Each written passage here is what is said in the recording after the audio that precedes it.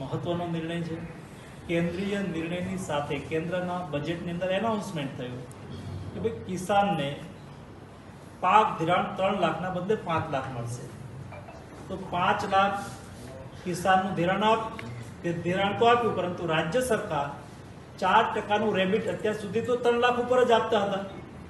તો 5 લાખ કર્યું તો 5 લાખ રૂપિયા સુધી 4% રાજ્ય સરકારની સહાય એ વધારવા માટેની જોગવાઈ પણ આ બજેટની અંદર મેં જોઈ। હું રાજ્યના મુખ્યમંત્રી ભૂપેન્દ્રભાઈને પણ અભિનંદન પાઠવું છું। ગુજરાત સચમુચ વિકાસની દિશામાં આગળ વધી રહ્યું છે। આ વર્ષને બજેટની અંદર એનાઉન્સમેન્ટ કર્યા મુજબ એ વિકાસ વર્ષ તરીકે ઉજવી રહ્યા છે, ત્યારે ગુજરાત પોતાની વિકાસની ગતિ જે રીતે અત્યાર સુધી આગળ વધ્યું છે એનાથી વધારે ગતિથી આગળ વધે। મોદી ગવર્મેન્ટનું બજેટ એ ત્રીજી ટર્મની અંદર 3 ગણી ગતિથી દેશના વિકાસને આગળ લઈ જનારું છે।